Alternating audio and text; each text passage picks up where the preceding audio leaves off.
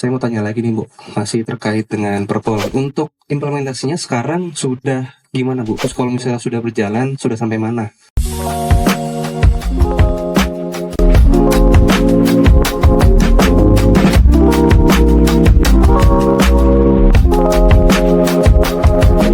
Di implementasi Perpol nomor 2 tahun 2023 ini di wilayah kerja KJ Kendari, kita sudah mulai implementasikan untuk uji coba implementasinya itu per tanggal 1 November 2024. Pada masa uji coba ini, di minggu pertama uji coba, kami dari BPJS Kesehatan ada pendamping bagi setiap petugas yang ada di Satpas pengurus-pengurus tim ini.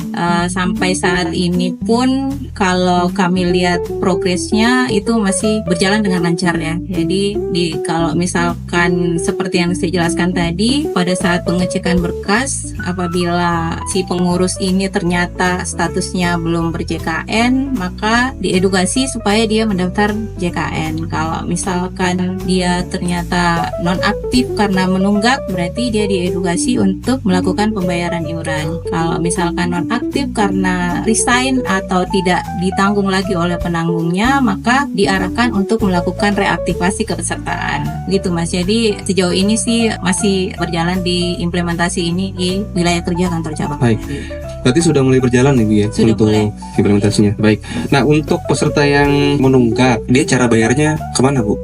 Untuk peserta menunggak ini, kami sudah banyak sebenarnya kanal-kanal pembayaran iuran ya. Jadi pada saat dia melakukan pengurusan, setelah dicek ternyata dia menunggak iuran, boleh kalau misalkan yang bersangkutan mampu untuk melunasi iurannya, ya silakan dia langsung melunasi iuran atau tunggakan iurannya melalui kanal-kanal pembayaran. Kemudian apabila yang bersangkutan belum mampu untuk melunasi, si pemohon SIM ini bisa melakukan pendaftaran rehab. Rehab ini merupakan program cicil. Jadi tunggakan-tunggakan tadi itu bisa dicicil berdasarkan termin waktu-waktu yang ditentukan oleh BPJS Kesehatan. Pemohon SIM tadi sebagai bukti untuk melampirkan status kepesertaannya, dia bisa menggunakan bukti pendaftaran rehab tadi. Jadi kalau misalkan sudah mendaftar rehab, bukti lampiran status kepesertaan JKN-nya. Oke, berarti BPJS itu ada program cicilan ya Bu ya? Ya, betul. Oh, jadi dia itu daftarnya di mana Bu? Kalau rehab itu? Rehab ini bisa didaftar melalui Mobile JKN. Mobil JKN. Sangat mudah. Ada menunya di Mobile JKN. Berarti mobil JKN-nya ini di-download di handphonenya masing-masing masyarakat melalui Play Store atau App Store?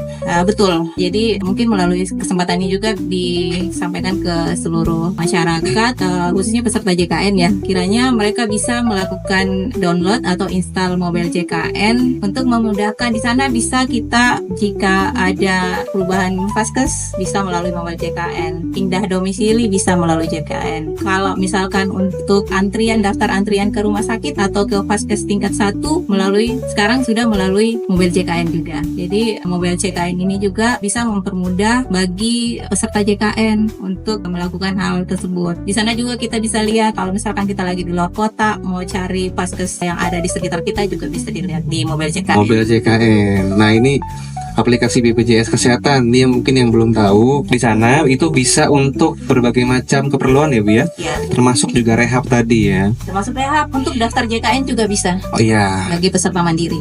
Iya, untuk daftar sebagai peserta JKN bisa juga lewat aplikasi mobil JKN, bisa untuk Bapaskes, dan yang paling penting bisa untuk rehab bayar cicilan kalau misalnya tunggakannya terlalu besar ya Bu ya. Oke, untuk tadi kan yang nunggak. Sekarang saya mau bahas untuk peserta yang non JKN nih, non JKN dan juga peserta yang non aktif, entah itu karena sudah keluar dari badan usahanya, dari perusahaannya, ataupun karena sudah dinonaktifkan di segmen bantuannya. Nah, saya mau tanya, gimana masyarakat nanti Bu supaya dia bisa aktif lagi nih kepesertaannya? Cara-cara apa yang bisa ditempuh oleh masyarakat warga Kendari Bu gitu? Baik Mas, jadi di awal tadi sudah kami sampaikan bahwa salah satu berkas yang harus dilampirkan adalah bukti kepesertaan aktif JKN. Bukti-bukti itu untuk kepesertaan bisa melalui Mobile JKN tentunya harus dilampirkan ya, di capture atau di foto terus dicetak. Kemudian bisa juga kita cek lewat Pandawa. Layanan Pandawa ini layanan melalui WhatsApp, kemudian bisa virtual account, baru kita pada saat mendaftar bukti virtual account-nya atau tadi bukti rehab. Nah, bagaimana peserta melakukan pendaftaran khusus yang belum ber-JKN atau tadi yang sudah ber-JKN tapi non-aktif karena desain dari perusahaannya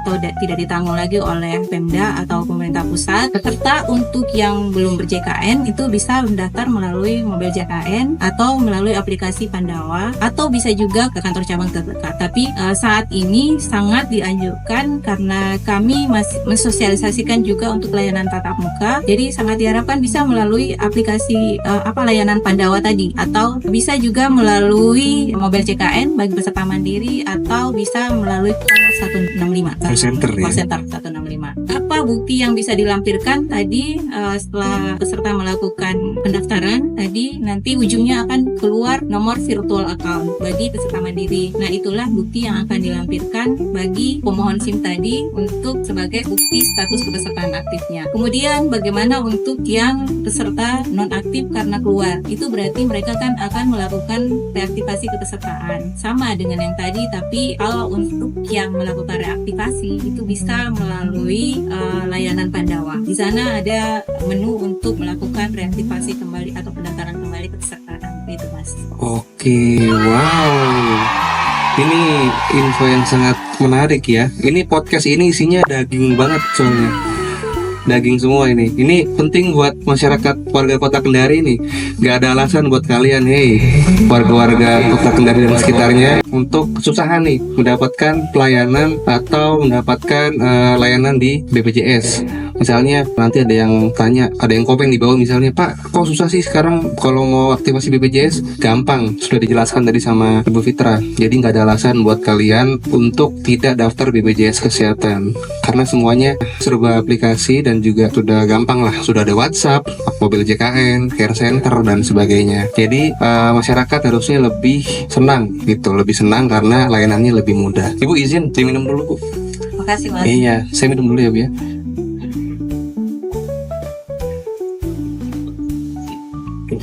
Saya ngomong terus jadi aus Bu, jadi minum dulu. Oke, ini ada mobil JKN nya guys. Jadi ini download ya mobil JKN. Oke. Soalnya di Play Store supaya targetnya 10 juta download, asik. Gitu. Baru berapa juta soalnya saya lihat, kalah sama Shopee Bu. Shopee udah 50 juta kayaknya. Mobil JKN ini menuju 100 juta lah kurang lebih gitu kan. Kita warganya banyak soalnya, ada sekitar 270 juta. Masa yang download cuma 1 juta kan sedikit. Peserta JKN lebih dari 200 juta. Harusnya semua download mobil JKN. Nah, cocok. Itu yang dibilang sama Kabak Kepesertaan. Semua harus download mobil JKN. Karena di mobil JKN kita bisa pantau status keaktifan dan juga lain-lain. Jadi kalau misalnya sewaktu-waktu nonaktif bisa kelihatan di aplikasi mobil JKN. Pertanyaan terakhir Bu, apa sih harapannya Bu Fitra nih terhadap Perpol 2 tahun 2023 ini kepada masyarakat? Kalau dari saya sih terkait dengan Perpol nomor 2 ini, harapannya agar dengan diimplementasikannya Perpol nomor 2 ini juga meningkatkan keaktifan kepesertaan kita. Jadi rata-rata kantor cabang Kendari ini tingkat keaktifan kita baru 82%. Semoga dengan diimplementasikannya Perpol nomor 2 ini bisa meningkatkan keaktifan kepesertaan kita hingga kalau bisa mencapai 100%. Kenapa? Karena dengan aktifnya kepesertaan ini kan akan memudahkan setiap peserta JKN untuk memperoleh manfaat, dan tidak hanya itu juga, selain memperoleh manfaat, yang belum mengakses layanan pun bisa membantu peserta-peserta yang membutuhkan layanan tadi. Jadi sesama peserta saling bergotong royong dengan adanya program JKN ini. Kemudian implementasi Perpol nomor 2 ini juga sangat diharapkan dapat betul-betul diwajibkan setiap pemohon SIM ini wajib melampirkan status kepesertaan yang aktif. Jadi semoga dalam waktu dekat bukan uji coba lagi, tapi sudah betul-betul mandatori, sehingga setiap orang yang yang mengajukan permohonan SIM itu sudah merupakan peserta JKN yang aktif. Nice sekali teman-teman. Jadi sebenarnya niat kita baik ya Bu ya. Niat kita baik, kita di sini untuk melindungi para pemohon SIM gitu.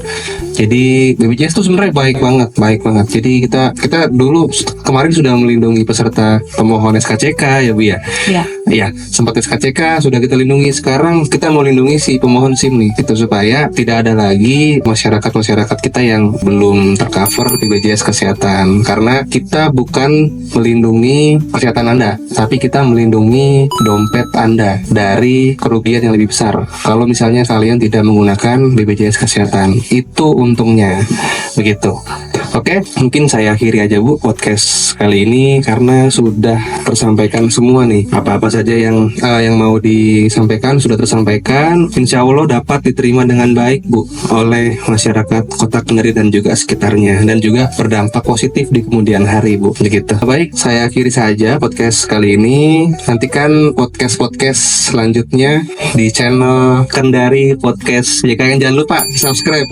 Jangan lupa subscribe, like, and share podcast ini. Sebarkan kebaikan, sebarkan pahala kepada sesama, karena pahalanya akan ngalir terus sampai nanti di akhirat. Gitu ya Bu ya. Saya sama juga jarang. Soal ceramah. Intinya bagikan video ini, like dan juga di subscribe di YouTube-nya Kendari Podcast JKN untuk mendapatkan manfaat dan juga mendapatkan video-video lain. Nah nanti akan ada podcast lagi ya. Nanti akan ada podcast lagi dengan pembahasan yang berbeda juga gitu. Oke, saya akhiri. Wabillahi taufiq. Wassalamualaikum warahmatullahi wabarakatuh. Terima kasih Bu Fitra. Warahmatullahi wabarakatuh. Terima kasih Mas. Sama-sama Ibu.